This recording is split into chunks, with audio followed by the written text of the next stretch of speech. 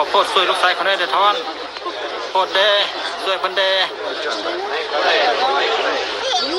พอเขาน้อยมีลูกชายคนเดียวเท่านี้เขาน้อยขอให้พวกสาวกของพระองค์ขับไล่ผีออก แต่เขาเห็นบ่ได้โอ้คนสมัยที่ขาดคมเสือเลยสัวหายเอ้ย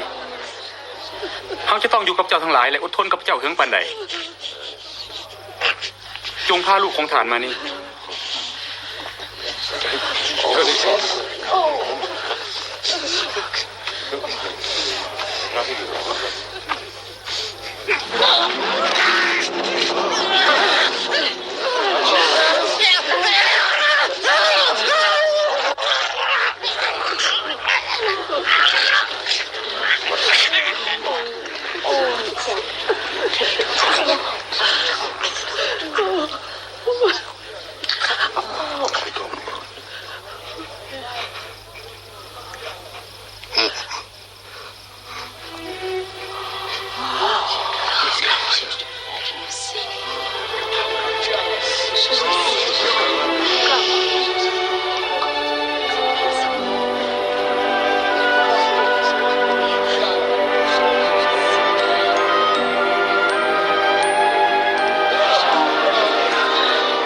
ดาวของเราก็ให้ดีเหมือนกัน